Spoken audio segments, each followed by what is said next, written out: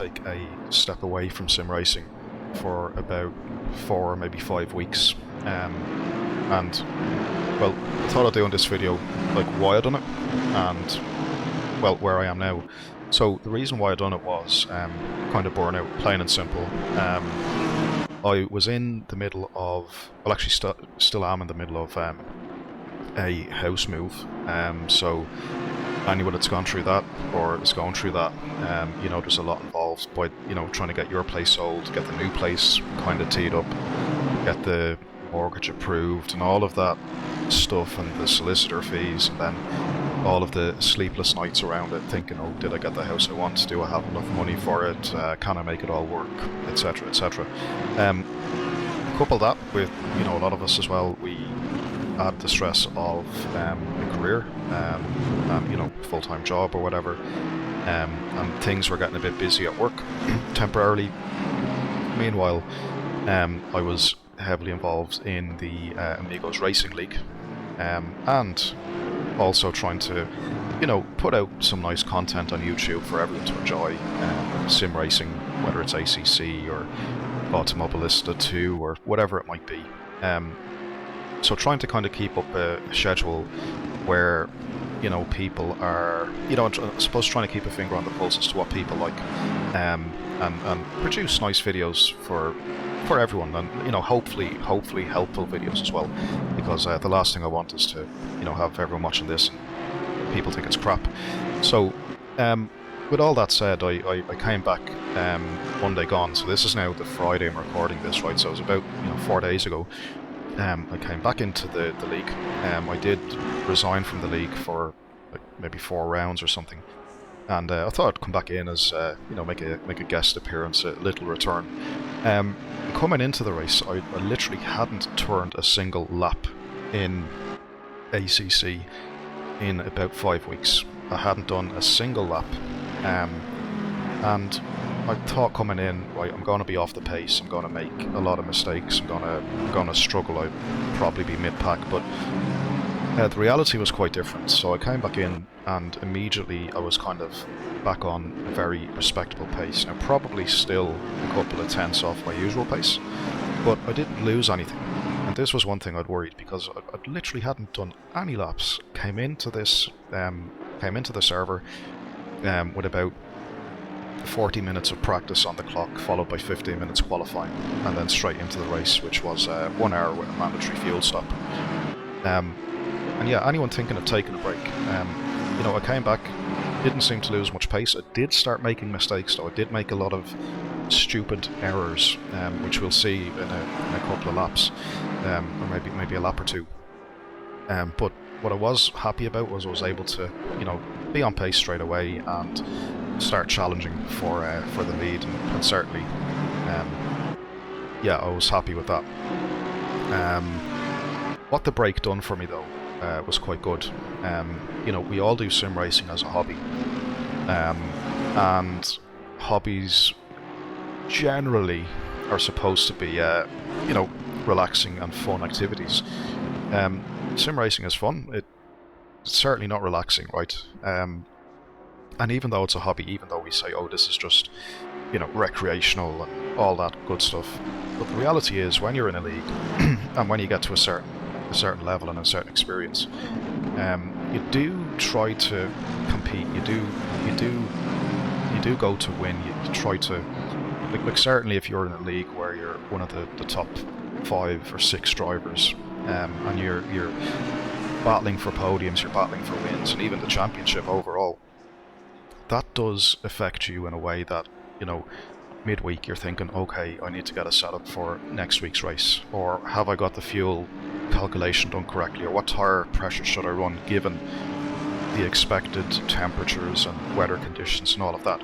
So no longer is it just a casual Monday evening race, right? Now you're sort of getting into, okay, well, I'm sort of taking this a bit seriously. I need to have some kind of setup, I need to have a bit of practice done, I need to scope out the track, scope out the car, because, you know, like it or not, rightly or wrongly, when you get to this, let's say, level, it starts to matter how you race, and stuff like that. And for me, and I almost felt a bit of imposter syndrome, like I'd done none of that, and still, you know, end up in the lead. But that's about to end.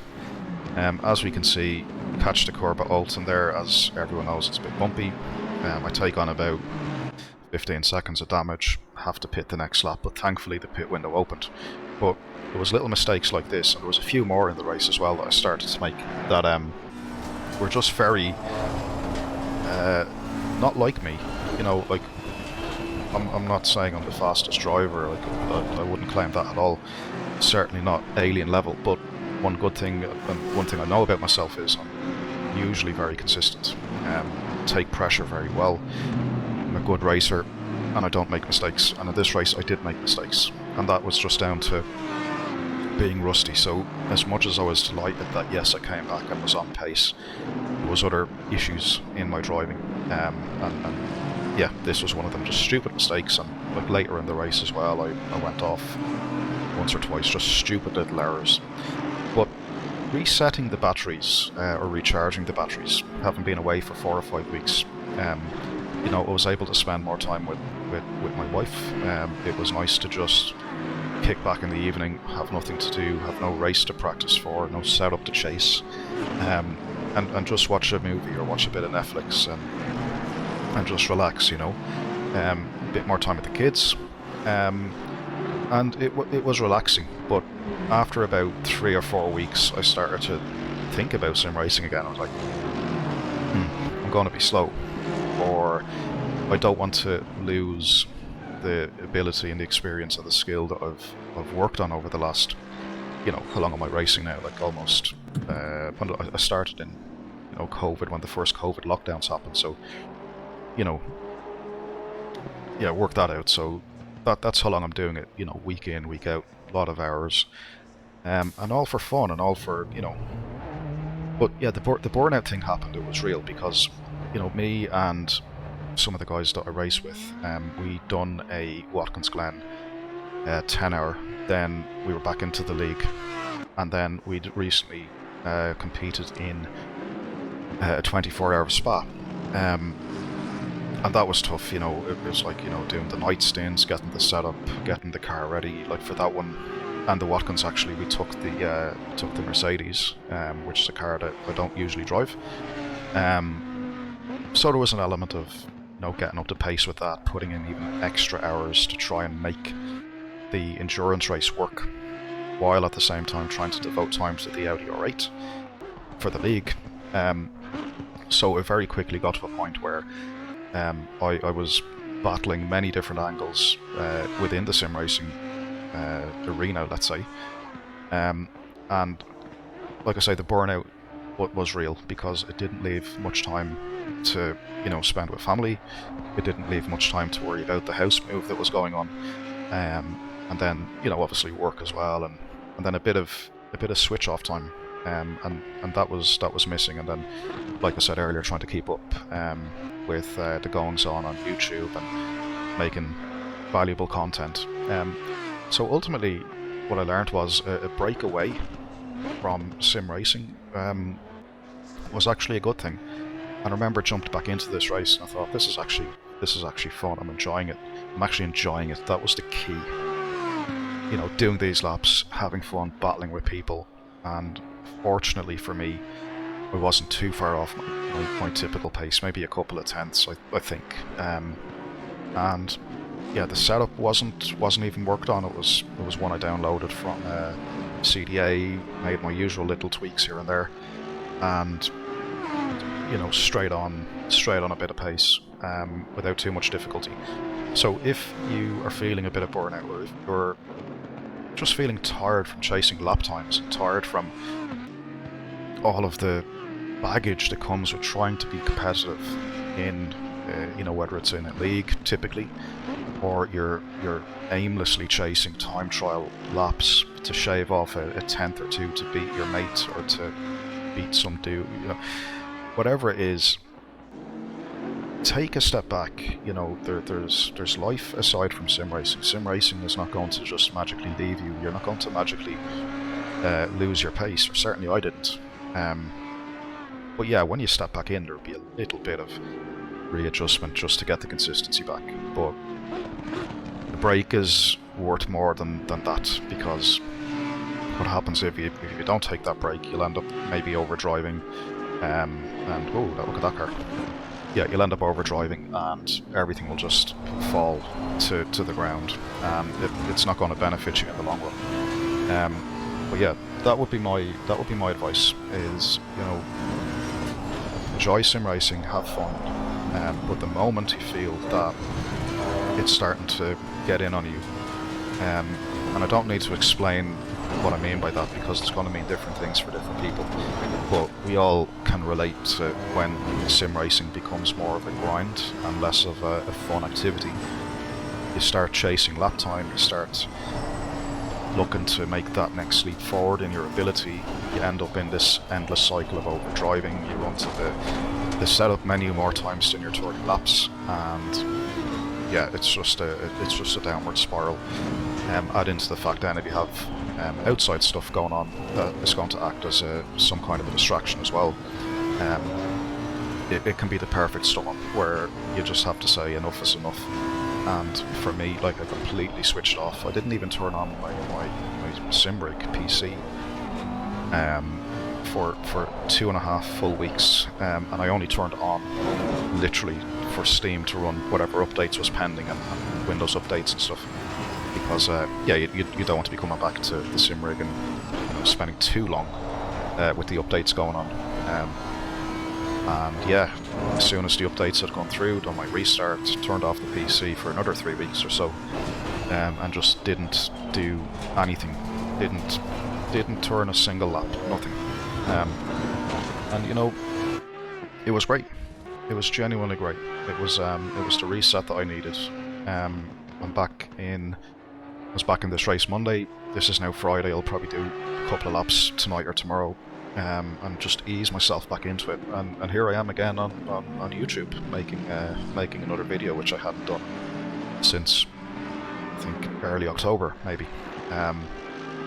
So yeah, hopefully this serves as a reminder to everybody that it's okay to be burnt out. It's okay to, you know, feel that you just need to step away. Now, I'm not going. I wasn't depressed or sad or anything like that. I was just in a place where I thought if I continue down the sim racing road with the same commitment that I wanted to give it, it just would have eventually. It probably would have eventually got me down a little bit, you know, just because of all the other shit that was going on, and you know, that's okay. But I think it's important to recognise when something is, even though it's a fun activity, it can still bring with it an element of what's not so fun.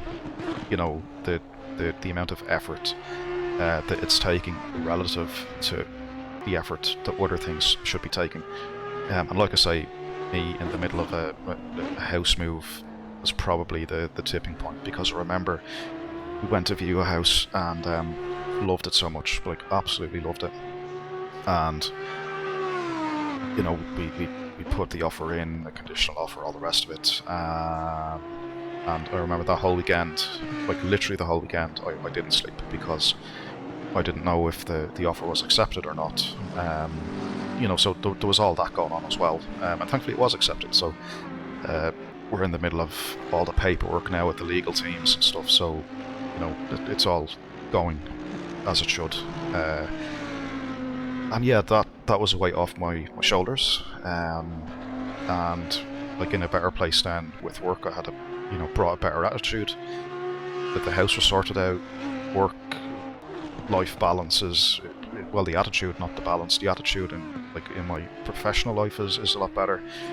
And then it allowed me then to just slip back into sim racing with a better mindset, you know, refreshed, able to have fun, not have to worry about other background stuff. And when I'm sim racing, even if I'm having a bad session, I think, whereas before I would have completely imploded, you know, I don't anymore. And one of the triggers for me was like my last race was like a rage quit 5 weeks ago or 6 weeks ago at this stage, where now you know, I had this accident from the lead, and I'm still racing on, still having fun. Yeah, so, like I say, take the reset, guys, if you feel that sim racing is getting a bit in on you. Just turn off the game on PC, take a few weeks away, or whatever you need. And don't worry about losing your speed and the ability. It's naturally there. Once you've done it, once you know how a car drives in the sim of your choice, you will snap back into it quick enough. So yeah, we'll leave it there, guys. And yeah, I look forward to making more videos, getting involved in more races. I might do a few more. I might start streaming one or two of them, I don't know. But yeah, hopefully this gives a bit of an insight as to why I was away for the last couple of weeks. But yeah, delighted to be back driving and making a couple of videos for everyone. So yeah, thanks for watching, guys, as always, and yeah, until the next one.